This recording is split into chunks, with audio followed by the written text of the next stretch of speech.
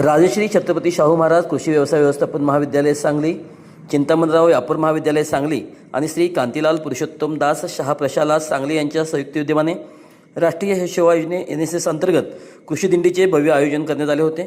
कृषी दिंडीचा मुख्य उद्देश पर्यावरण नियंत्रण आणि संवर्धन हा होता। आज हरित क्रांतीचे प्रणेते डॉक्टर स्वामीनाथन यांना जयंतीनिमित्त अभिवादन करत कार्यक्रमाचे सूत्रसंचालन शुभश्री शिंदे यांनी केले। याप्रसंगी डॉक्टर अर्चना शिंदे यांनी उपस्थितांना मार्गदर्शन करताना भारताच्या हरित क्रांतीचे प्रणेते डॉक्टर MS स्वामीनाथन यांच्या कृषी क्षेत्रातील अतुलनीय योगदानाविषयी सविस्तर माहिती दिली। त्यांनी सांगितलेल्या विचारामुळे विद्यार्थ्यांना शेती, पर्यावरण आणि शाश्वत विकासाचे महत्त्व अधिक स्पष्टपणे समजले। मार्गदर्शनानंतर प्राध्यापक किशोर चंदुरे यांच्या हस्ते विद्यार्थ्यांचा भव्य रॅलीचा कृषी दिंडी शुभारंभ करण्यात आला।